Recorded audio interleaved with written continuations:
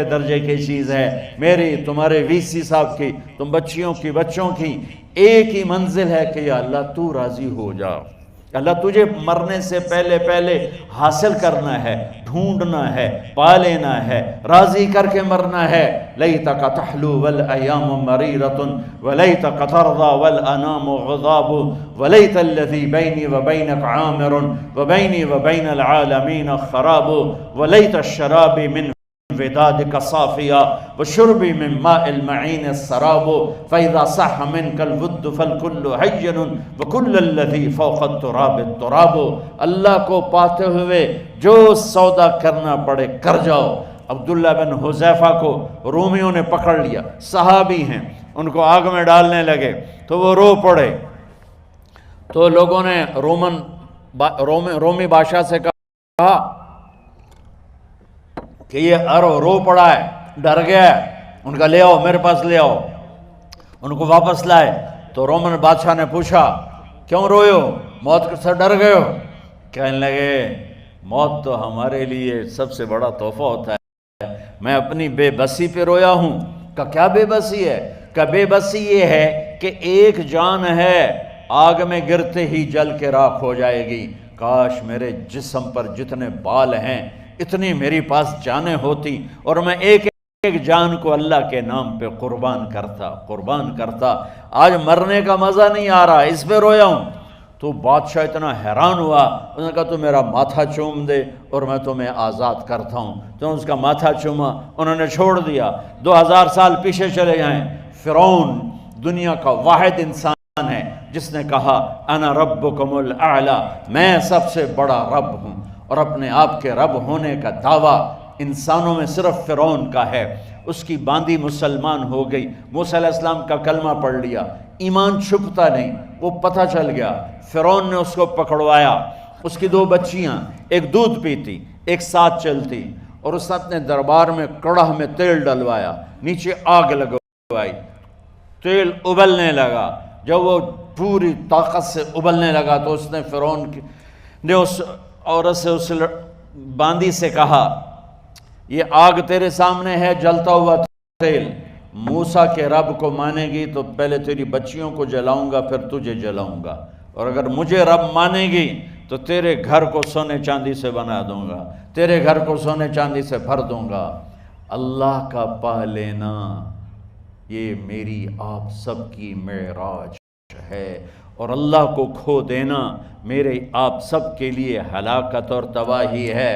سنو اس نے کیا کہا، اللہ نے اپنی محبت کو ماں سے تشبیہ دی ہے، باپ سے نہیں دی، اور چھوٹا بچہ زیادہ ممتا کو لیتا ہے۔ وہ کہنے لگی فرعون یہ تو میری 2 ہیں، میری 100 ہوتی تو اللہ کے نام پہ آج میں قربان کر دیتی۔ فَقْضِ مَا أَنْتَ قَاضٍ، کر جو تجھے کرنا ہے۔ تو پاگل ہو گیا، غصے میں کہنے لگا اس کی بڑی بیٹی کو ڈال دو۔ تو انہوں نے اس کو یوں ٹانگوں سے پکڑا اور وہ چیختی چلاتی ہوئی تھی۔ ماں کا ایک بول اس کی جان بچا سکتا تھا، اور پھر گھر جا کے توبہ کر لیتی اور کہتی یا اللہ مجھے معاف کر دے، میں نے کلمہ کفر کہا۔ اس کو ٹانگوں سے پکڑا ہوا ہے، اس کے ہاتھ نیچے جھول رہے ہیں، اور وہ اماں بھی کہہ رہی کہ مجھے بچا لو۔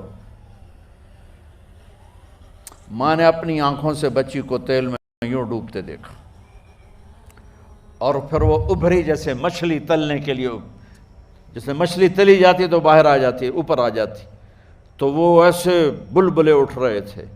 وہ ایک ہی لمحے میں اس کی تو جان گئی، ایک آنسو کا قطرہ اس نے نہیں نکلنے دیا اپنی آنکھوں سے، اور اپنے دل کو جب مضبوط کیا تو میرے رب کی غیرت، میرے رب کی رحمت محبت حرکت میں آئی۔ اللہ نے ماں کی آنکھوں سے پردہ ہٹا دیا، اور ماں نے اپنی بیٹی کی روح کو نکلتے دیکھا،